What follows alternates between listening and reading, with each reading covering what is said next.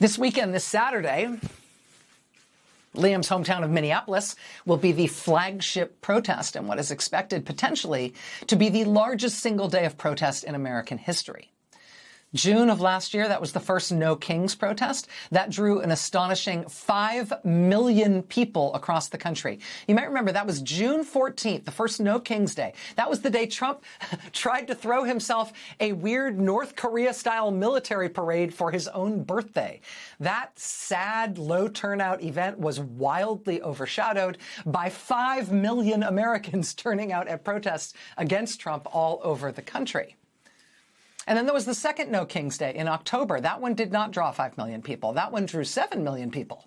The flagship protest in October was in Philadelphia, the birthplace of the Constitution. 7 million people turned out on No Kings Day in October.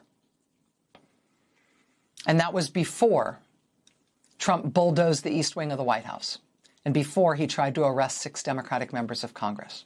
And before we learned that in addition to bombing random boats in the Caribbean, he was also deliberately killing the survivors of those bombings, which is a war crime. It was before he invaded Venezuela and announced he was taking their oil. It was before he started an apocalyptic war with Iran. It was before he renamed the Kennedy Center for himself and then announced that he would close it. It's before he blew up health insurance for millions of American families. It's before he effectively made the Nobel Peace Prize winner give him her prize. It's before he sent the FBI to seize the ballots from Atlanta, Georgia. It's before he posted a video online depicting President Obama and his wife Michelle Obama as if they were apes. It's before they killed Renee Nicole Good. It's before they killed Alex Pretty. It's before they took Liam. This Saturday it will be Minneapolis as the flagship, but there are more than 3,000 separate protests planned all over the country this Saturday. No Kings. So this is just about 45 seconds. Just watch this. This is part of how they're promoting it. Our demonstration of moral strength is in opposition to the tyranny that threatens our very existence as a country. And this kind of gathering can unite us in a moral movement to save America. And we will not stand down, not now, not ever. I've got a question for you. Are we afraid? Did it scare us off? Are we going to back down now? That's right, because what we are doing here today is as American as apple pie. We are standing up for our rights. We are standing up for our neighbors.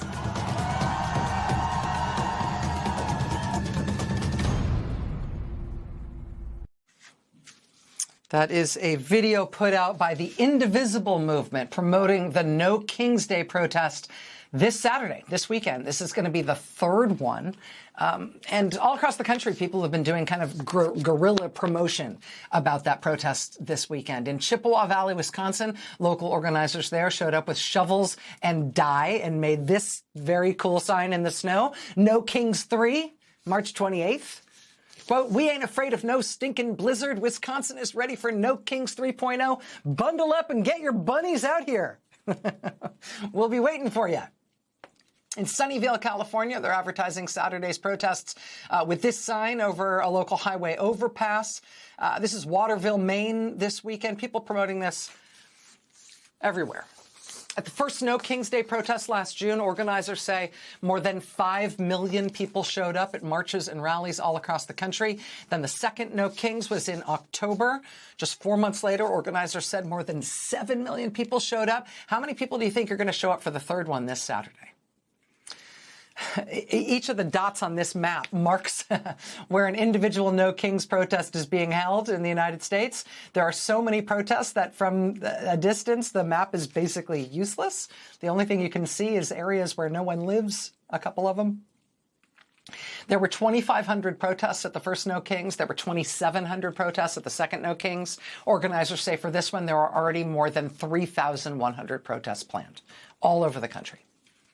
The flagship one will be in Minneapolis, the place that has spent the last 4 months showing the rest of the country what it looks like to stand up and fight back. Tonight, Bruce Springsteen announced that he will be performing at that flagship protest. Joining us now is Ezra Levin. He's the co-founder of Indivisible, one of the grassroots groups that has helped lead the organizing for the No Kings protest. Ezra, it's nice to see you. Thanks for being here. Great to see you, Rachel. Indivisible does lots of different kinds of organizing. How do these large, very decentralized No Kings protests, we'll now have the third one of them this Saturday, how do they fit into the overall movement to oppose Trump and to limit his freedom of movement as president? Oh, Rachel, that's a great question, because I think actually people tend to both underplay and overplay the role of massive one-day protests like this. I would say No Kings is a tactic, an extremely important tactic that can accomplish a couple of things. One, it can bust through that bubble, that air of inevitability, that Trump, that this regime is invincible, is unstoppable, is all-powerful. You don't look all-powerful when you're facing the largest nonviolent protests in American history in every nook and cranny in the country. So sending that message is great, is key, is why I'm excited that there are more than 3,100 protests already planned for Saturday. But the second thing it does that I think is just as important is it doesn't just gather millions of people in one place. I love that Springsteen is playing in the Twin Cities. I love we're going to have a big New York event and Chicago event and San Francisco event. That's great.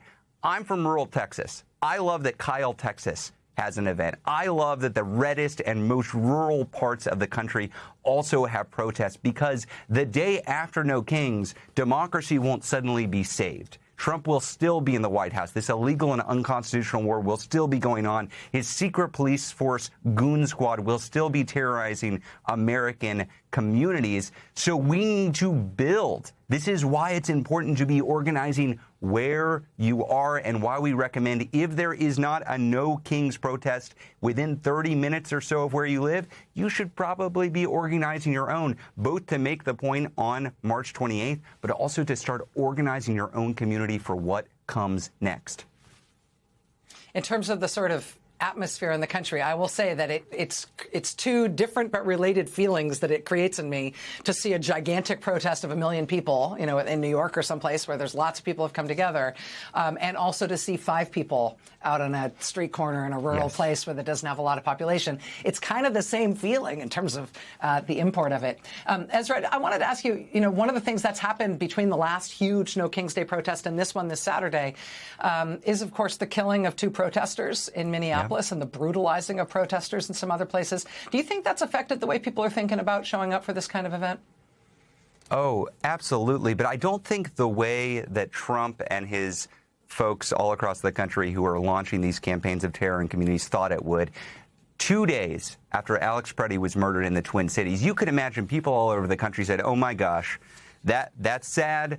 I'm mad about that, but I've got to protect myself. I'm not going to show up. I've got to hide. I've got to not be targeted by this regime.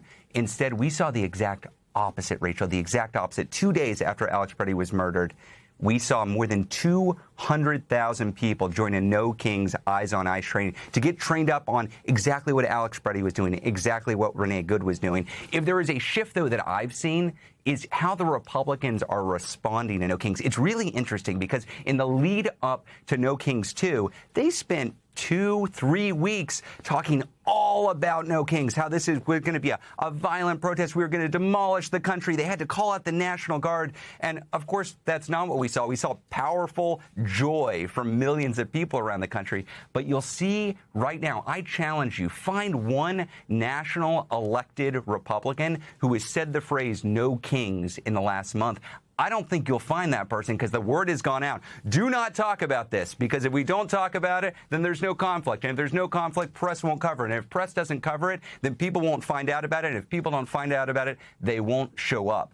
That's a smart strategy on their part. I think we've got to adapt our tactics to recruit folks ourselves. So I do hope people will text No Kings to 59798, find out where your event is, and then text 3 people who never attended a protest before. They're not activists. They're not organizers. They might not even be political, but they don't like what's happening in this country. Text them and recruit them to No Kings on Saturday. Invite them to join you.